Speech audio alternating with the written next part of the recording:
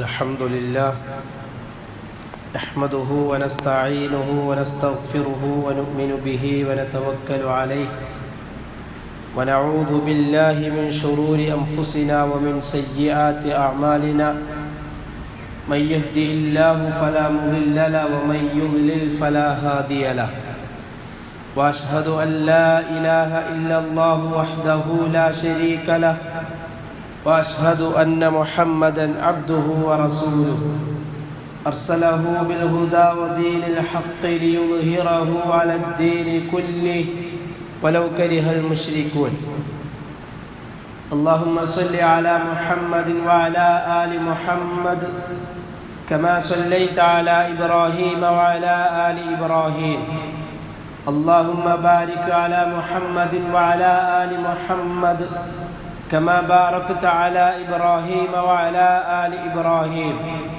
في العالمين إنك حميد مجيد أما بعد فإن خير الحديث كتاب الله وخير الهدي هدي محمد صلى الله عليه وسلم وشر الأمور محدثاتها وكل محدثة بدعة وكل بدعة ضلالة وكل ضلالة في النار فيا أيها الناس أوصيكم عباد الله وإياي أولا بتقوى الله أعوذ بالله من الشيطان الرجيم بسم الله الرحمن الرحيم يا أيها الناس اتقوا ربكم الذي خلقكم من نفس واحدة وخلق منها زوجها وبث منهما رجالا كثيرا ونساء واتقوا الله الذي تساءلون به والأرحام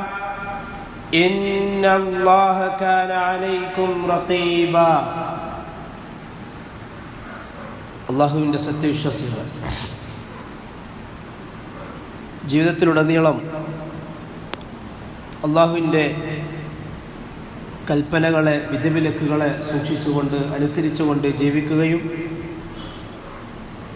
അതിലൂടെ ദുനിയാവിലും ആഖിറത്തിലും പരിപൂർണ വിജയം കരസ്ഥമാക്കുകയും ചെയ്യണമേ എന്ന് ആദ്യമായി എന്നോടും തുടർന്ന് നിങ്ങൾ ഓരോരുത്തരോടും വസിയ്യത്ത് ചെയ്യുകയാണ്, ഉപദേശിക്കുകയാണ്. പ്രിയമുള്ള സഹോദരന്മാരെ, സഹോദരിമാരെ, അല്ലാഹു സുബ്ഹാനഹു വ തആല നമ്മെ സൃഷ്ടിച്ചിരിക്കുന്നത് അള്ളാഹുവിനെ മാത്രം ആരാധിക്കാനും ജീവിതം അള്ളാഹുവിന് വേണ്ടി മാത്രം സമർപ്പിക്കാനുമാണ്. അതുകൊണ്ട് തന്നെ ദുനിയാവിൻ്റെ ഏത് മേഖലയായാലും ശരി, ഉടമസ്ഥനായ അള്ളാഹുവിൻ്റെ വിധിവിലക്കുകൾക്ക് ഒതുങ്ങിക്കൊണ്ടായിരിക്കണം നമ്മുടെ ജീവിതം ഉണ്ടാകേണ്ടത്. അതിര് വിട്ട് കടക്കാനോ അതുമല്ലെങ്കിൽ അള്ളാഹുവിൻ്റെ കൽപ്പനകളിൽ നിന്ന് വിധിവിലക്കുകളിൽ നിന്ന് പുറത്തുപോയി വഴികേടിലാവാനോ പാടില്ല. മറിച്ച് ഓരോ മേഖലകളിലും, സാമ്പത്തികമായാലും വൈവാഹികമായാലും ക്രയവിക്രയമായാലും എല്ലാം അള്ളാഹുവിൻ്റെ കൽപ്പനകൾക്ക് അനുസരിച്ച് മാത്രമായിരിക്കണം. റസൂലുള്ളാഹി സ്വല്ലല്ലാഹു അലൈഹി വസല്ലം 23 വർഷം കൊണ്ട് ഒരു മനുഷ്യൻ്റെ ജീവിതത്തിൻ്റെ മുഴുവൻ മേഖലകളെക്കുറിച്ചും നമ്മെ പഠിപ്പിച്ചിട്ടുണ്ട്. ഒന്നുപോലും റസൂലുള്ളാഹി സ്വല്ലല്ലാഹു അലൈഹി വസല്ലം വിട്ടുപോയിട്ടില്ല.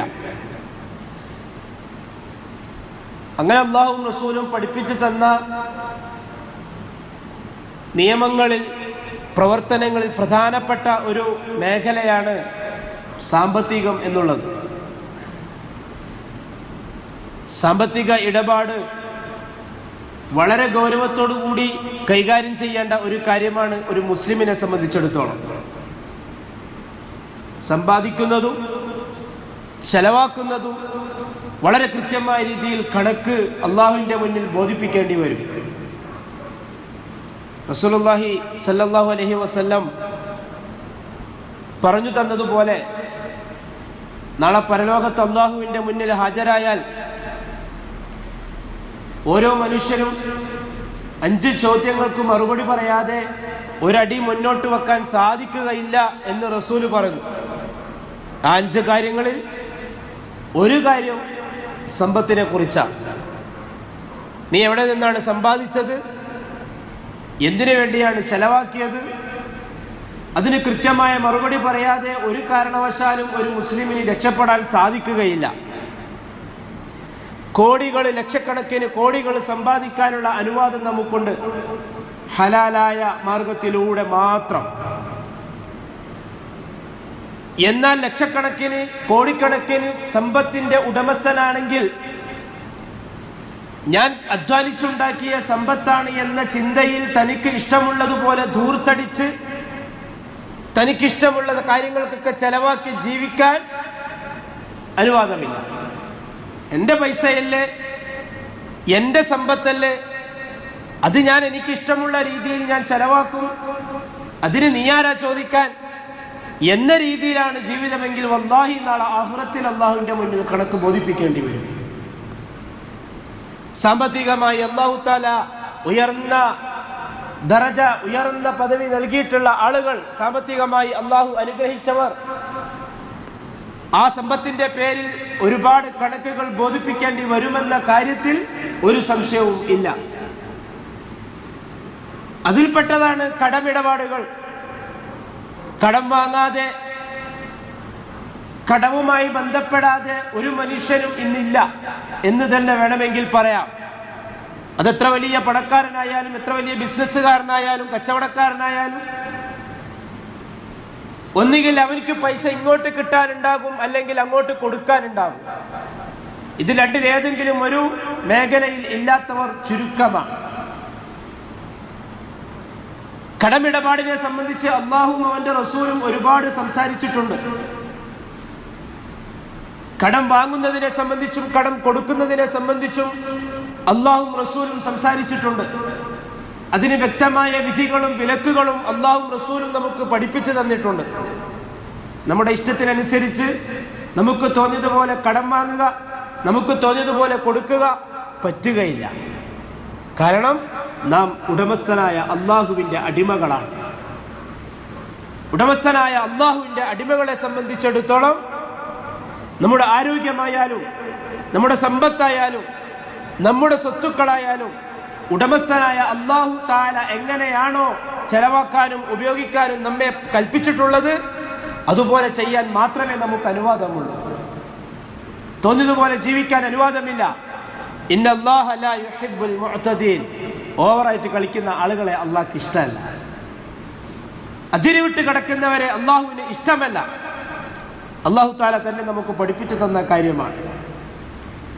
അതുകൊണ്ട് തന്നെ കടം വാങ്ങുന്നതിനെ സംബന്ധിച്ച്, കടം കൊടുക്കുന്നതിനെ സംബന്ധിച്ച് ചെറിയ രീതിയിൽ നാം ഒന്ന് മനസ്സിലാക്കിയിരിക്കൽ നല്ലതാണ്. കാരണം വർത്തമാന കാലഘട്ടത്തിൽ കടം വാങ്ങുന്നതിനെ കുറിച്ചും കടം കൊടുക്കുന്നതിനെ കുറിച്ചും അത്രയധികം ഗൗരവമില്ലാത്ത ഒരു സംവിധാനത്തിലൂടെയാണ് നമ്മളിപ്പോൾ ജീവിച്ചുകൊണ്ടിരിക്കുന്നത്. സാധാരണക്കാരായ ആളുകൾ പോലും ലക്ഷക്കണക്കിന് രൂപ കടം വാങ്ങി ഒരു ചിന്തയുമില്ലാതെ ഒരു ബേജാറുമില്ലാതെ സ്വസ്ഥമായിട്ട് ജീവിക്കുന്ന അവസ്ഥ നമ്മൾ കാണുന്നുണ്ട്. ഒരു മുസ്ലിമിനെ സംബന്ധിച്ചിടത്തോളം അവന്റെ സമ്പത്തിൽ കുറച്ചധികം സമ്പത്ത് വന്നു കഴിഞ്ഞാൽ ഇതിന്റെ പേരിൽ ഞാൻ അള്ളാഹുവിനോട് മറുപടി പറയേണ്ടി വരുമോ എന്ന പേടിയിലായിരിക്കണം അവന്റെ ജീവിതം ഉണ്ടാകേണ്ടത്.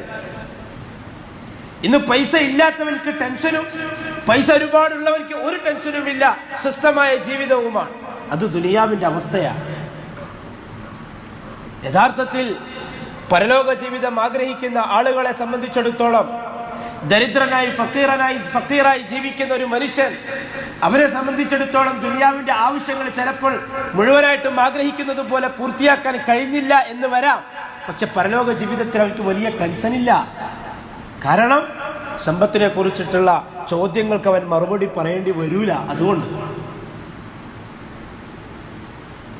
എന്നാൽ വെറുതെ ടൂറിന് പോകാനും അതേപോലെ തന്നെ മക്കളുടെ വിവാഹം അടിച്ചുപൊളിക്കാനും അതേപോലെ തന്നെ വലിയ ഇഷ്ടത്തിനനുസരിച്ചുള്ള വലിയ മാളികകൾ കെട്ടാനും ബാങ്കിൽ നിന്ന് ലോൺ എടുക്കാനും അതുപോലുള്ള ആളുകളിൽ നിന്ന് കടം വാങ്ങാനും ഇന്ന് മുസ്ലിമിന് യാതൊരു മടിയുമില്ല, യാതൊരു പേടിയുമില്ല.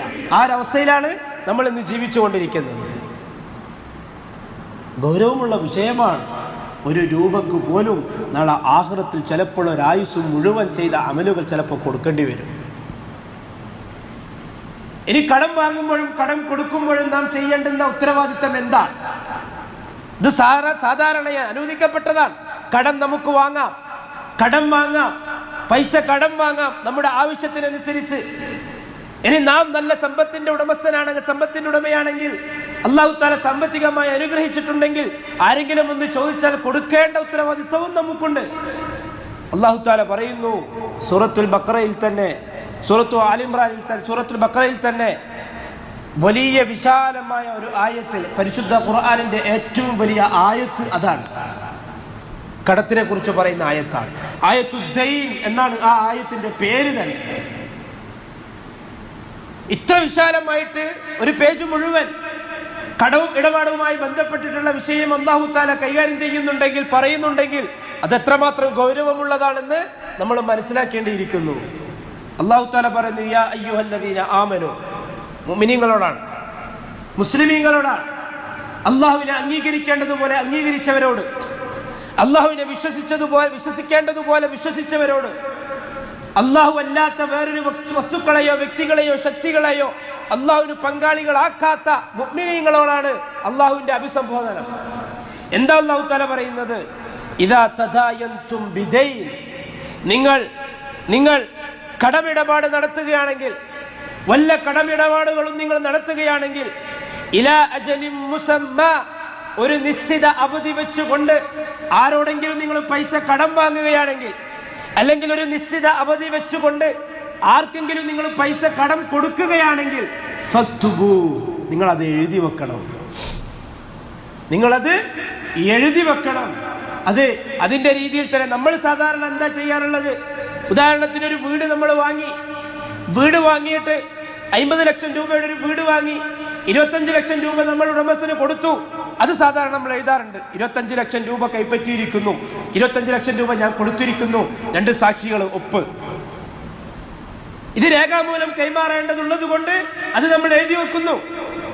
ഇനി നമ്മൾ വല്ല കച്ചവടത്തിനോ മറ്റു വല്ല ആവശ്യങ്ങൾക്കോ വ്യക്തികളുമായിട്ട് നമ്മൾ എന്തെങ്കിലും ഇടപാട് നടത്തുകയാണെങ്കിൽ സർവ്വസാധാരണയായിട്ട് അധികം ആളുകളും ചുരുക്കം ആളുകളും മാത്രമേ ഈ ഒരു നിയമം പാലിക്കാറുള്ളൂ എന്നാണ് നമുക്ക് മനസ്സിലാകുന്നത്. എഴുതി വെക്കാറില്ല അല്ലേ? ഒരാളുടെ സാമ്പത്തിക ഇടപാടുമായി ബന്ധപ്പെട്ട് അയാളുടെ ഒരു സങ്കടം പറയുകയാണ്. ഒരു വ്യക്തി വന്നിട്ട് പറയാണ്, 50 ലക്ഷം രൂപ നിങ്ങൾ എനിക്ക് തരികയാണെങ്കിൽ മാസത്തിൽ ഞാൻ നിങ്ങൾക്ക് ഇത്ര രൂപ ലാഭമായിട്ട് തരാം. കടമായിട്ട് കൊടുക്കാൻ ചോദിക്കുകയാണ്. അങ്ങ് എടുത്തു കൊടുക്കുകയാണ്. എവിടെയെങ്കിലും രേഖയോ കൊടുത്തതായിട്ടോ ഒന്നുമില്ല, അത് എഴുതി വെച്ചിട്ടുമില്ല. പൈസ വാങ്ങിയവൻ അതും കൊണ്ട് മുങ്ങി. ആരോട് മറുപടി പറയും?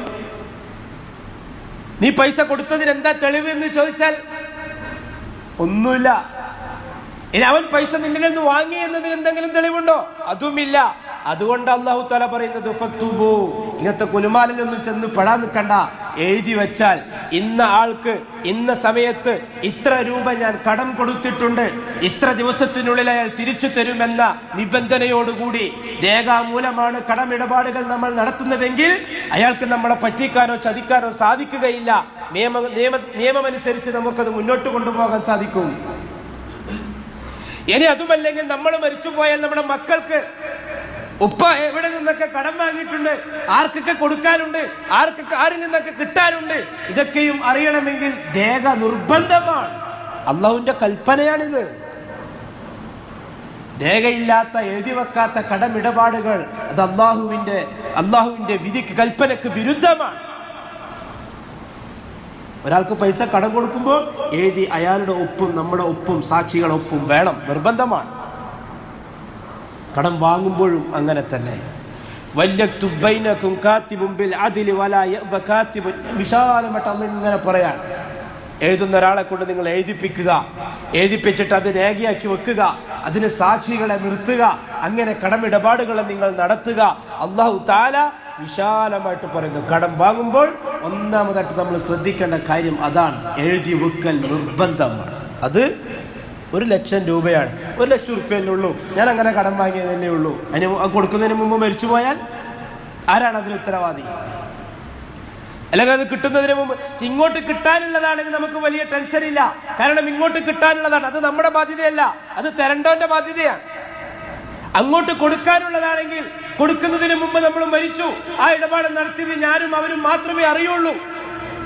മക്കളുടെ അയാൾ വന്നിട്ട് ചോദിക്കാണ്, നിങ്ങൾ ഉപ്പ 1,00,000 രൂപ എനിക്ക് തരാനുണ്ട്, എന്നിൽ നിന്ന് കടം വാങ്ങിയിട്ടുണ്ട് എന്ന് പറയുമ്പോ നല്ല ദീനി ബോധം ഇല്ലാത്ത മക്കളാണെങ്കിൽ അങ്ങനെ ഒരു കാര്യം ഉപ്പ നമ്മളോട് പറഞ്ഞിട്ടില്ലല്ലോ എന്ന് പറഞ്ഞാൽ, മക്കൾ അതിൽ നിന്നും കൈയൊഴിഞ്ഞാൽ മരിച്ച് ഖബറിൽ കിടക്കുന്ന നാം കുടുങ്ങി അല്ലേ? പിറകെ വരുന്നുണ്ട് ഹദീസുകൾ. റസൂലുള്ളാഹി സ്വല്ലല്ലാഹു അലൈഹി വസല്ലം തങ്ങൾ അത്രയും ഗൗരവത്തിൽ കണ്ട ഒരു വിഷയമാണ് ഇടപാട് എന്നുള്ളത്. സമ്പത്ത് അങ്ങനെ കുറെ കുന്നുകൂട്ടി ബാലൻസ് ആക്കി വെക്കാനുള്ളതല്ല, ആവശ്യങ്ങൾ തീർക്കാനുള്ളതാണ്. അതിനാണ് മിസ്കീൻ എന്ന് പറയാ. അല്ലാഹുമ്മ ഇന്നി അസ്അലുക ഫിഅലൽ ഖൈറാത്തി വതർക്കൽ മുൻകറാത്തി വഹുബ്ബൽ മസാകീൻ. അല്ലാഹുവിന്റെ റസൂലിന്റെ ദുആയാണ്. എന്താണെന്നറിയോ? അല്ലാഹുവേ, നന്മ ചെയ്യാനുള്ള തൗഫീഖ് നീ എനിക്ക് തരണേ, തിന്മകളിൽ നിന്ന് മാറി നിൽക്കാനുള്ള തൗഫീഖ് നീ എനിക്ക് തരണേ. പിന്നെന്താ? വഹുബ്ബൽ മസാകീൻ, മിസ്കീന്മാരെ ഇഷ്ടപ്പെടാനുള്ള തൗഫീഖും നീ എനിക്ക് തരണേ. ആരാ മിസ്കീൻ? അന്നന്ന് ജീവിച്ചു പോന്നവൻ. ഒരു മാസം ജോലി ചെയ്തിട്ടില്ലെങ്കിൽ അന്നത്തെ ശമ്പളം കട്ടാവും. ഏതെങ്കിലും ഒരു മാസം കംപ്ലീറ്റ് ജോലിക്ക് പോകാതിരിക്കുകയോ ശമ്പളം കട്ടാവുകയോ ചെയ്താൽ അന്ന് പട്ടിണിയായി. അവനിക്ക് മിസ്കീൻ എന്ന് പറയാ. അന്നന്ന് അതാത് മാസം, ഇപ്പൊ മാസക്കണക്കാണല്ലോ, ദിവസത്തിനേക്കാൾ പിന്നെ മാസത്തിലാണല്ലോ നമുക്ക് വരുമാനം, അല്ലെങ്കിൽ ചില ആളുകൾക്ക് ആഴ്ചയിൽ. അപ്പൊ ആ മാസത്തിൽ കിട്ടിയാൽ ആ മാസത്തിലുള്ള എല്ലാ കാര്യങ്ങളും നടക്കും. പിറ്റത്തെ മാസം ജോലിക്ക് പോയിട്ടില്ലെങ്കിൽ മുഴുവൻ പട്ടിണിയാണ്. മിസ്കീൻ, ഒരിടത്ത് ബാലൻസ് ഒന്നും ഉണ്ടാവില്ല. അങ്ങനെയുള്ള കൂട്ടത്തിൽ തന്നെയും പെടുത്തണേ, അങ്ങനെയുള്ളവരെ ഇഷ്ടപ്പെടാൻ എനിക്ക് നീ തൗഫീഖ് തരണേ. അള്ളാഹുവിന്റെ റസൂൽ ദുആ ചെയ്തതാണ്. അതുകൊണ്ട് സമ്പത്ത് കുറേ കിട്ടുക എന്നുള്ളത് അതത്ര വലിയ കാര്യമൊന്നുമല്ല സഹോദരങ്ങളെ. നമ്മുടെ ആവശ്യങ്ങൾ നടന്നു പോകണം. ഒരു വീട് അത്യാവശ്യമായി വന്നാൽ ആ വീട് വലിയ ബാധ്യതയില്ലാതെ അള്ളാഹു പൂർത്തിയാക്കാൻ നമ്മളെ സഹായിക്കണം. ഒരു വാഹനം ആവശ്യമായിട്ട് വന്നാൽ ബാധ്യതകളില്ലാതെ ഒരു വാഹനം നമുക്ക് കിട്ടണം. മക്കളുടെ വിദ്യാഭ്യാസം, മക്കളുടെ വസ്ത്രം, ഭക്ഷണം, ഇതൊക്കെയും ആവശ്യത്തിനനുസരിച്ചിട്ട് അല്ലാഹു തആല തരണം, അധികമായിട്ട് വേണ്ട. കാരണം അത് നാളെ ചോദ്യങ്ങൾക്ക് മറുപടി പറയേണ്ടുന്ന കാര്യമാണ്. റസൂലുള്ളാഹി സ്വല്ലല്ലാഹു അലൈഹി വസല്ലമ തങ്ങൾ പറഞ്ഞു, അല്ലാഹു തആല ഈ ആയത്തുകളിലൂടെ നമുക്ക് വളരെ ഗൗരവത്തിൽ വ്യക്തമാക്കി തരുന്ന കാര്യം അതാണ്. നിങ്ങൾ കടം വാങ്ങുമ്പോൾ, കടം കൊടുക്കുമ്പോൾ എഴുതി വെക്കണം, അതിന് ഒപ്പുവെക്കണം, അതിന് സാക്ഷികളെയും നിങ്ങൾ നിർത്തണം. അത് ഗൗരവമുള്ള വിഷയം തന്നെയാണ്. ഏറ്റവും വലിയ കടം ആരോടാണെന്നറിയോ? അള്ളാഹിനോടാണ്. അള്ളാഹിനോടാണ് ഏറ്റവും വലിയ കടം. അള്ളാഹിനോടുള്ള കടമാണ് നമ്മൾ ഏറ്റവും ആദ്യമായി വീട്ടിൽ തീർക്കേണ്ടത്. എങ്ങനെ? കുറെ കർമ്മങ്ങൾ ചില ആളുകളൊക്കെ നേർച്ചയാക്കിയിട്ടുണ്ടാവും. വെറുതെ അങ്ങ് നേർച്ചയാക്കാൻ, എനിക്കൊരു ആൺകുഞ്ഞിന് അല്ലാഹു തആല തരികയാണെങ്കിൽ 10 ദിവസം ഞാൻ നോമ്പ് നോക്കാം, നേർച്ച അനുവദിക്കപ്പെട്ടതാണ്. പക്ഷേ അത് വീട്ടിൽ നിർബന്ധമാണ്. എന്റെ രോഗങ്ങളൊക്കെ ശിഫയാക്കി കഴിഞ്ഞാൽ ഞാൻ ഉപ്പയില്ലാത്ത അല്ലെങ്കിൽ മാതാപിതാക്കളില്ലാത്ത അല്ലെങ്കിൽ അഗതികളായ അനാഥകർക്ക് ഒരു മാസത്തേക്കുള്ള ഭക്ഷണം കൊടുക്കാൻ ഞാൻ നേർച്ചയാക്കി. നേർച്ച നിർബന്ധമാണ്, അത് അല്ലാഹുവിനുള്ള കടമാണ്. വീട്ടിൽ തീർക്കണം. അതേപോലെ തന്നെ സുഖമില്ലാതെ കിടപ്പിലായി ഒരു മാസത്തെ നോമ്പ് പോയി, ഒരു വർഷത്തെ റമദാനിലെ ഒരു മാസം മുഴുവനുള്ള നോമ്പ് പോയി, അത് അല്ലാഹുവിനുള്ള കടമാണ്. അത് പിന്നീട് ജീവിച്ചു തീർക്കുമ്പോൾ വീട്ടിൽ തീർക്കണം. അതൊന്നും ആരും വലിയ ഗൗരവത്തിൽ ചിന്തിക്കാനുള്ള, പോയത് പോയി, ഇനിയുള്ളത് നോക്കാം, അങ്ങനെ ആൾക്കാർ ചിന്തിക്കുക. ഏതെങ്കിലും റമദാനിൽ ചിലപ്പോൾ അസുഖമായിട്ട് എന്തെങ്കിലും അപകടമായിട്ടോ കിടന്നുപോയാൽ ചിലപ്പോൾ 10 ദിവസമോ അല്ലെങ്കിൽ 5 ദിവസമോ നോമ്പും പോയിട്ടുണ്ടാവും. ചില ആളുകൾ അത് ഗൗരവത്തിലെടുക്കുകയില്ല. ആ 5 നോമ്പ് അല്ലെങ്കിൽ ആ 10 നോമ്പ് അല്ലെങ്കിൽ ആ സമയത്ത് നമ്മൾ നിസ്കരിക്കാതെ പോയത് അതൊക്കെയും കടമായിട്ട് കിടക്കും, അള്ളാഹിനോടുള്ള കടമായിട്ട്. വീട്ടിൽ തീർക്കൽ നിർബന്ധമാണ്. അതേപോലെ തന്നെ റസൂലുള്ളാഹി സ്വല്ലല്ലാഹു അലൈഹി വസല്ലമ തങ്ങൾ പറയുകയാണ്, കടക്കാരനായിക്കൊണ്ട് മരിച്ചാൽ നഊദുബില്ലാ, അല്ലാഹു കാക്കട്ടെ, അതിനേക്കാൾ ദുഷിച്ച മരണം വേറെയില്ല. കടം കൊടുക്കാൻ ബാക്കിയുണ്ടായിരിക്കെ മരണപ്പെട്ടാൽ. സൗബാൻ റളിയല്ലാഹു തആല അൻഹു പറയുകയാണ്, അൻ റസൂലുള്ളാഹി സ്വല്ലല്ലാഹു അലൈഹി വസല്ലം അന്നഹു ഖാൽ, സൗബാൻ റളിയല്ലാഹു തആല അൻഹു പറയാണ്, റസൂലുള്ളാഹി സ്വല്ലല്ലാഹു അലൈഹി വസല്ലം പറഞ്ഞു, മൻ ഫാറഖ റൂഹുൽ ജസദ വഹുവ ബരീഉൻ മിൻ സലാസ്, ഒരുത്തന്റെ ശരീരത്തിൽ നിന്നും റൂഹ് വേർപെട്ടാൽ 3 കാര്യങ്ങളിൽ നിന്ന് നിരപരാധിയായിക്കൊണ്ട്, 3 കാര്യങ്ങളിൽ നിന്ന് ബരി ആയിക്കൊണ്ട്, ഒരു ഉത്തരവാദിത്വമില്ല 3 കാര്യത്തിന്റെ പേരിൽ. അങ്ങനെ 3 കാര്യങ്ങളിൽ നിന്നും പൂർണ്ണമായിട്ടും ഒഴിവായിക്കൊണ്ട് ഒരുത്തൻ മരണപ്പെട്ടാൽ, ഒരുത്തന്റെ റൂഹ് ശരീരത്തിൽ നിന്നും വേർപെട്ടാൽ, ദഖലൽ ജന്ന, അവൻ സ്വർഗത്തിൽ പ്രവേശിച്ചു. 3 കാര്യം മരിക്കുന്ന സമയത്ത് ഉണ്ടാകാൻ പാടില്ല, എങ്കിൽ സ്വർഗം ഉറപ്പാണ്. ഏതാണ് ആ 3 കാര്യം? മിനൽ കൻസ്, സക്കാത്തും കൊടുക്കാതെ സദഖ കൊടുക്കാതെ സമ്പത്ത് ഇങ്ങനെ കൂട്ടിവെച്ചവൻ, സക്കാത്ത് പോലും കൊടുക്കാതെ സമ്പത്ത് ഇങ്ങനെ ബാലൻസ് ആക്കി വെച്ചവൻ, ആ അവസ്ഥയിലാണ് മരിച്ചതെങ്കിൽ സ്വർഗത്തിൽ പോവില്ല. വൽ ഗുലൂൽ, ചതിയനാവരുത്. മറ്റുള്ളവരെ ചതിക്കുന്ന സ്വഭാവം, ഒരാളെ ചതിച്ച് ആ ചതിയിലൂടെ വഞ്ചനയിലൂടെ കുറെ പൈസ ഉണ്ടാക്കി അതിലൂടെ ജീവിച്ചുകൊണ്ടിരിക്കുമ്പോഴായിരിക്കും മരിക്കുന്നത്, സ്വർഗത്തിൽ പോവില്ല. ചതി അത് ഇല്ലാത്തവനായിരിക്കണം, ആ അവസ്ഥയിലായിരിക്കണം മരിക്കേണ്ടത് സ്വർഗം കിട്ടാൻ. 3-മത്തത് വദ്ദൈൻ, കടം ഇല്ലാത്ത 1 രൂപ പോലും ഒരാൾക്ക് പോലും കൊടുക്കാൻ ഉണ്ടാകാൻ പാടില്ല മരിക്കുന്ന സമയത്ത്. മക്കളുണ്ട്, മക്കൾ കൊടുക്കും, ഒക്കെ ശരി തന്നെയാണ്. പക്ഷെ എന്നാലും മക്കൾക്ക് ബാധ്യതയാക്കണ്ടല്ലോ. എപ്പോഴാ മരിക്കാന്ന് പറയാനും പറ്റൂല. എന്ന് വെച്ചിട്ട് കടം വാങ്ങാണ്ടിരിക്കാന്നല്ല, ആവശ്യത്തിന് നമുക്ക് വാങ്ങാം, പക്ഷെ കൊടുക്കാൻ കഴിയും എന്ന് ഉറപ്പുണ്ടെങ്കിൽ മാത്രം. അല്ലെങ്കിൽ ഞാൻ പ്രയാസത്തിലായാൽ, എന്റെ അവസ്ഥ കണ്ടാൽ എനിക്ക് പൈസ കടമായിട്ട് തന്ന ആള് എനിക്കത് മാപ്പാക്കി തരും എന്ന് ഉറപ്പുണ്ടെങ്കിൽ, അതും അത്യാവശ്യത്തിന് വേണ്ടി മാത്രം. 1000 രൂപ ആവശ്യമുണ്ടെങ്കിൽ 1000 രൂപ മാത്രമേ വാങ്ങാൻ പാടുള്ളൂ, ഒരു 2000 രൂപ വാങ്ങാൻ പാടില്ല. കൊടുക്കാലോ, ചോദിക്കുമ്പോൾ ചിലപ്പോൾ ചില ആളുകൾക്ക് അങ്ങനെ ഒരു സ്വഭാവമുണ്ട്, ചോദിക്കുമ്പോഴൊക്കെ എവിടെന്നെങ്കിലും കിട്ടുന്നത് കൊണ്ട് വെറുതെ അങ്ങ് ചോദിക്കാണ്, എന്നിട്ട് ഇങ്ങനെ അതിനെ കൊണ്ട് അടിച്ചു പൊളിക്കാൻ പാടില്ല.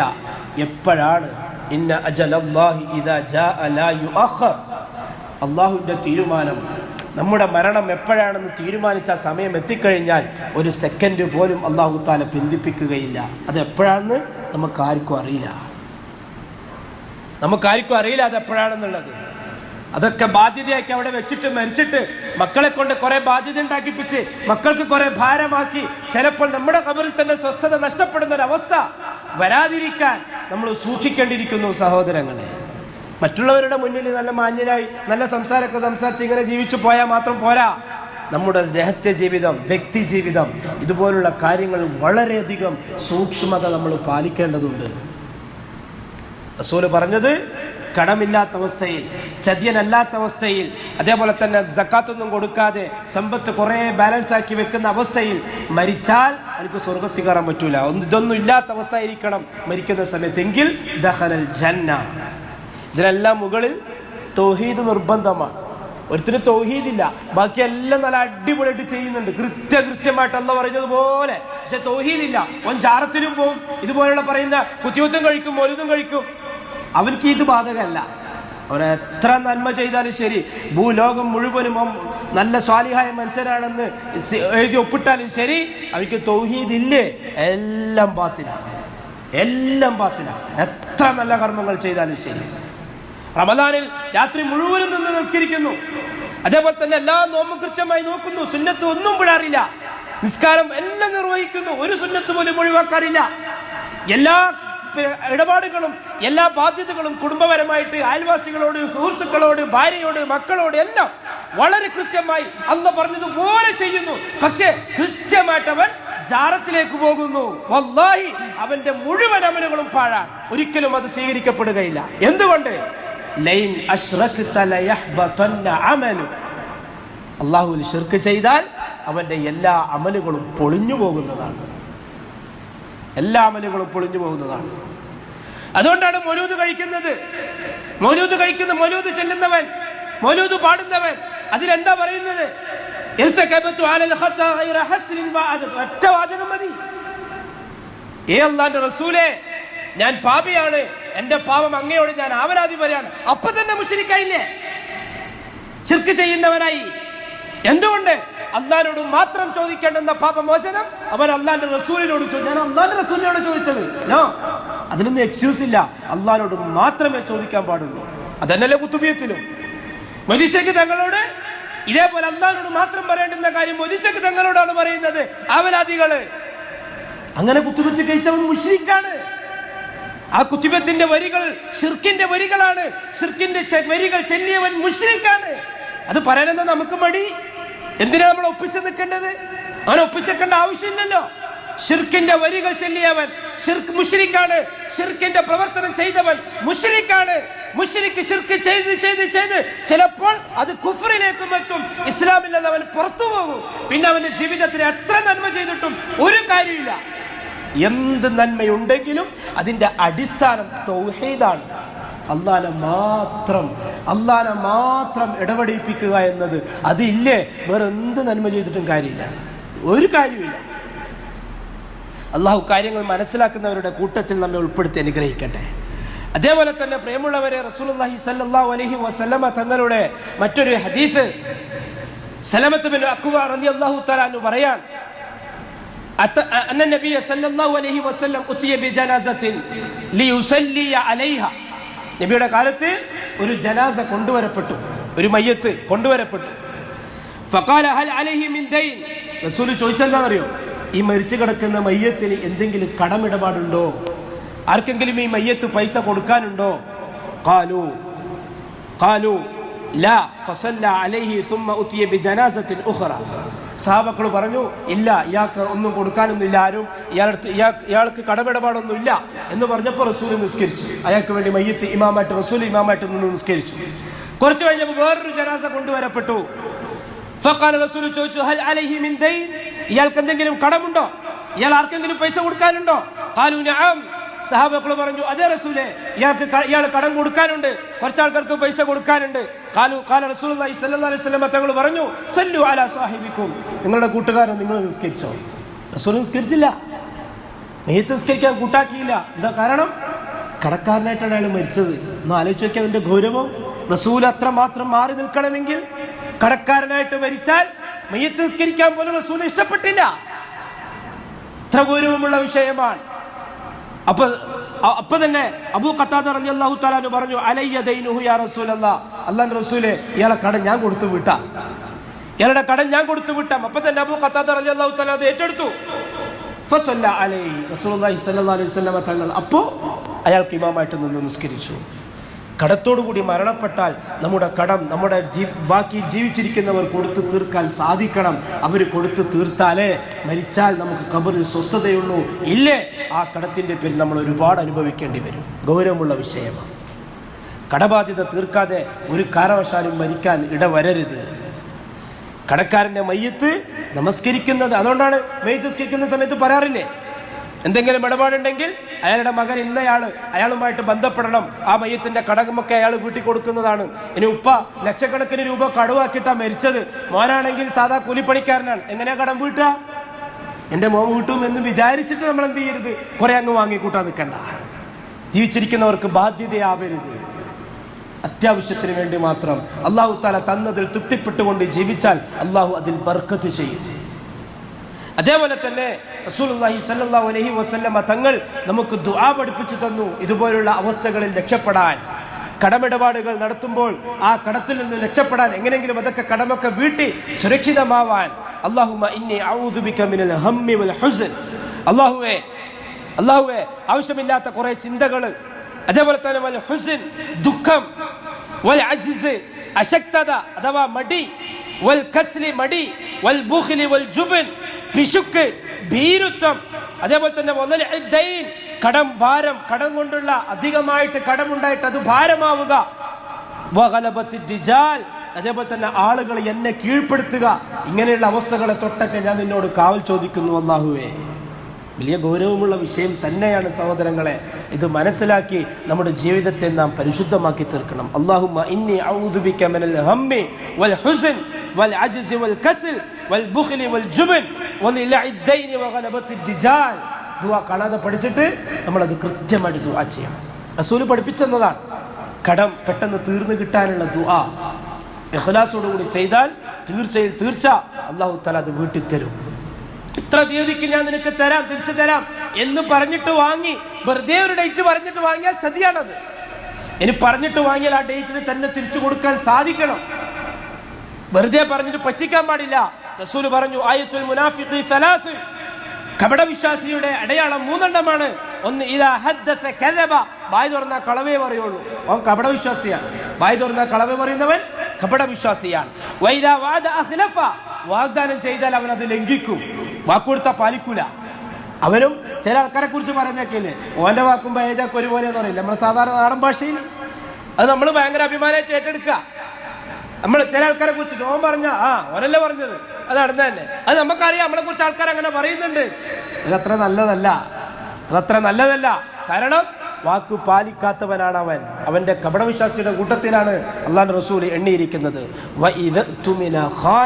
വിശ്വസിച്ചാൽ അവൻ വഞ്ചന കാണിക്കും, ചതിക്കും. വിശ്വസിച്ചിട്ട് തന്റെ കൂടിയവനെ ചതിച്ചു കളയും. ഇവൻ കപടവിശ്വാസിയാണ്, മുനാഫിഖാണ് എന്ന് റസൂലുള്ളാഹി സ്വല്ലല്ലാഹു അലൈഹി വസല്ലം തങ്ങൾ പറഞ്ഞു. മറ്റൊരു ഹദീസിൽ കാണാം, മൻ അഖദ അംബാലൻ നാസ് യുരീദു അദാഹ അദ്ദല്ലാഹു അൻ.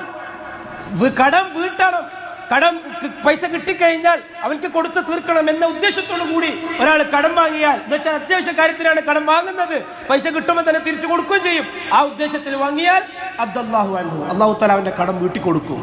അതിനുള്ള ഏർപ്പാട് അല്ലാഹു തആല ചെയ്തു കൊടുക്കും. വമൻ അഖദ യുരീദു ഇത്ലാഫഹ അത്ലഫഹുല്ലാഹ്. വെറുതെ പൈസ കടം വാങ്ങാം, തിരിച്ചു കൊടുക്കേണ്ട തീരുമാനമൊന്നുമില്ല. തിരിച്ചു കൊടുക്കുന്നത് എന്നോട് വാങ്ങാം, പിന്നെ ഇപ്പൊ എന്തെങ്കിലും ചെയ്യാം എന്നുള്ള ചിന്തയിലൊക്കെയാണ് വാങ്ങിയതെങ്കിൽ അത്ലഫഹുല്ലാഹ്, അല്ലാഹു തആല നശിപ്പിച്ചു കളയും. ആ പൈസനെ കൊണ്ട് വലിയ ഗുണമൊന്നും ഉണ്ടാവില്ല ചുരുക്കി പറഞ്ഞാൽ. അതുകൊണ്ട് പ്രിയമുള്ളവരെ, കടം ഇടപാടുകൾ നടത്തുക എന്നത് വലിയ ഗൗരവമുള്ള വിഷയമാണ്. സാമ്പത്തികം അത് അല്ലാഹു തആല തന്നിരിക്കുന്ന ഒരു നിഅമത്താണ്, അനുഗ്രഹമാണ്. ആ സമ്പത്തിനെ ചെലവാക്കുന്നതും സമ്പാദിക്കുന്നതും അല്ലാഹു തആല പറഞ്ഞിരിക്കുന്ന ഹലാലായ മാർഗത്തിലൂടെ ആവണം. ഇല്ലെങ്കിൽ നാളെ ആഖിറത്തിൽ അല്ലാഹുവിന്റെ മുന്നിൽ ഒരുപാട് നമ്മൾ മറുപടി പറയേണ്ടി വരും. അല്ലാഹു തആല കാര്യങ്ങൾ മനസ്സിലാക്കി അമൽ ചെയ്യുന്നവരുടെ കൂട്ടത്തിൽ നാം ഏവരെയും ഉൾപ്പെടുത്തി അനുഗ്രഹിക്കട്ടെ. يا أيها الذين آمنوا اتقوا الله وقولوا قولا سديدا يصلح لكم أعمالكم ويغفر لكم ذنوبكم ومن يطع الله ورسوله فقد فاز فوزا عظيما.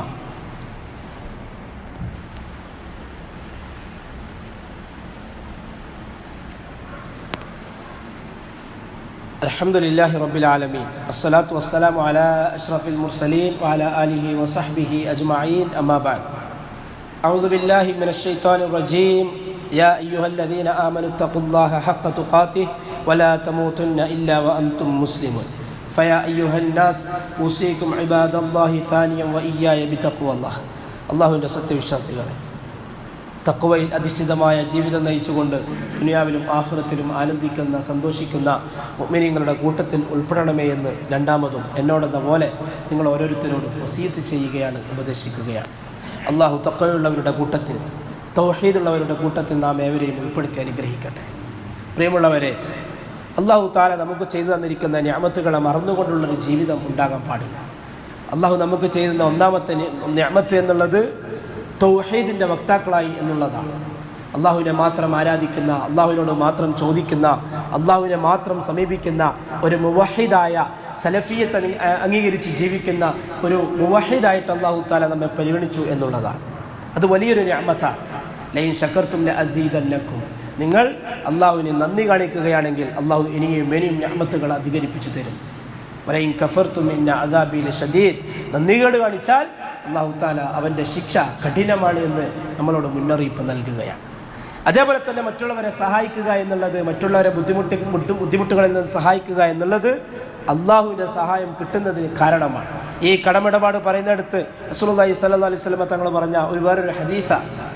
അതാരെങ്കിലും സാമ്പത്തികമായി പ്രയാസപ്പെടുന്നുണ്ടെങ്കിൽ, അതല്ലെങ്കിൽ അതുപോലുള്ള പ്രയാസങ്ങൾ അനുഭവിക്കുന്നുണ്ടെങ്കിൽ, നമുക്ക് കഴിയുന്നതാണെങ്കിൽ അവരെ സഹായിക്കാൻ, അവർക്ക് അത് അവരുടെ പ്രയാസത്തെ എളുപ്പമാക്കി കൊടുക്കാൻ നമ്മൾ തീരുമാനിച്ചാൽ, അല്ലെങ്കിൽ നമ്മൾ അതിന് മുന്നിട്ടിറങ്ങിയാൽ അല്ലാഹു തആല നമ്മുടെ പ്രയാസങ്ങളെ മാറ്റിത്തരും എന്നുള്ളതാണ്. റസൂൽ പറഞ്ഞു, മൻ യസ്സറ അലാ മുഅസ്സിരി, ഒരു പ്രയാസം അനുഭവിക്കുന്നവൻ്റെ ഒരു മനുഷ്യൻ്റെ പ്രയാസത്തെ ഒരാൾ ലഘൂകരിച്ചു കൊടുത്താൽ, അല്ലെങ്കിൽ ആ പ്രയാസത്തെ ഇല്ലാതാക്കി കൊടുത്താൽ, ഒരു ഉദാഹരണം പറയുകയാണെങ്കിൽ ഒരാൾ 1,00,000 രൂപ ചികിത്സയ്ക്ക് വേണ്ടി വാങ്ങി തിരിച്ചു കൊടുക്കാൻ കഴിയുന്നില്ല. അപ്പോൾ പൈസ അല്ലാഹു തആല ഒരുപാട് കൊടുത്ത മനുഷ്യൻ പറഞ്ഞു ഞാനത് കൊടുക്കാം എന്ന് പറഞ്ഞിട്ട് അയാൾ പൈസ കൊടുത്ത് സഹായിച്ചാൽ അല്ലാഹു തആല അവൻ്റെ ബുദ്ധിമുട്ടുകളെ അല്ലാഹു ഒഴിവാക്കി കൊടുക്കുന്നതാണ്. അവൻ്റെ പ്രയാസങ്ങൾ അല്ലാഹു തആല മാറ്റിക്കൊടുക്കും. യസ്സറല്ലാഹു അലൈഹി ഫിദ്ദുനിയ വൽ ആഖിറ, ദുനിയാവിൽ മാത്രമല്ല ആഖിറത്തിലും. ഒരാളുടെ പ്രയാസം, അത് മറ്റുള്ളവരെ സഹായിക്കുക, മറ്റുള്ളവരെ പ്രയാസങ്ങളെ മാറ്റിക്കൊടുക്കുക എന്നത് ഏറെ ഗൗരവമുള്ള വിഷയമാണ്. വലിയ നിഅമത്താണ്, വലിയൊരു സന്തോഷമാണത്, വലിയൊരു തൗഫീഖാണത് മറ്റുള്ളവരെ സഹായിക്കുക എന്നുള്ളത്. അങ്ങനെ സഹായിച്ചാൽ നമ്മുടെ പ്രയാസങ്ങളെ, നമ്മുടെ വിഷമങ്ങളെ ദുനിയാവിലെയും ആഖിറത്തിലെയും അല്ലാഹു തആല മാറ്റിത്തരുമെന്ന കാര്യത്തിൽ ഒരു സംശയം. അല്ലാഹു തആല ദീനിൻ്റെ യാഥാർത്ഥ്യം ഉൾക്കൊണ്ടുകൊണ്ട് ജീവിക്കുകയും അതനുസരിച്ച് ജീവിക്കുകയും പഠിക്കുകയും ചെയ്യുന്ന സ്വാലിഹീങ്ങളുടെ, മുത്തഖീങ്ങളുടെ, മുവഹ്ഹിദീങ്ങളുടെ കൂട്ടത്തിൽ നാം ഏവരെയും ഉൾപ്പെടുത്തി അനുഗ്രഹിക്കട്ടെ. നന്നായി പഠിക്കാനും മനസ്സിലാക്കാനും നല്ല ഫഹ്മും അല്ലാഹു തആല നൽകി അനുഗ്രഹിക്കട്ടെ. അല്ലാഹു തആല പറഞ്ഞതുപോലുള്ള തൗഹീദ് അത് പഠിക്കാനും ജീവിതത്തിൽ പ്രാവർത്തികമാക്കാനും ആ തൗഹീദിൻ്റെ വക്താക്കളെ സപ്പോർട്ട് ചെയ്ത് തൗഹീദിൻ്റെ ആളുകളുടെ കൂടെ കൂടി ജീവിക്കാൻ, അതേ അവസ്ഥയിൽ തന്നെ മരണപ്പെടാൻ അല്ലാഹു വലിയ തൗഫീക്ക് നൽകി അനുഗ്രഹിക്കട്ടെ. നമ്മുടെ മാതാപിതാക്കൾക്ക് അല്ലാഹു പുറത്തു മാപ്പാക്കി കൊടുക്കട്ടെ. അവരുടെ വിഷമങ്ങൾ അല്ലാഹു മാറ്റി കൊടുക്കട്ടെ. അവരുടെ പ്രയാസങ്ങൾ അല്ലാഹു തആല ഒഴിവാക്കി കൊടുക്കട്ടെ. അവരുടെ ആഗ്രഹങ്ങൾ അല്ലാഹു പൂർത്തിയാക്കി കൊടുക്കട്ടെ. അവർക്ക് വേണ്ടി ഖിദ്മത്ത് ചെയ്യാൻ നമുക്ക് അല്ലാഹു തൗഫീക്ക് നൽകി അനുഗ്രഹിക്കട്ടെ. നമ്മിൽ പലരുടെയും മാതാപിതാക്കൾ ഇന്ന് ഖബറിലാണ്. അല്ലാഹു തആല അവരുടെ ഖബർ ജീവിതം സുസ്ഥമാക്കി കൊടുക്കട്ടെ. മഗ്ഫിറത്തും മർഹമത്തും അല്ലാഹു ചൊരിഞ്ഞു കൊടുക്കട്ടെ.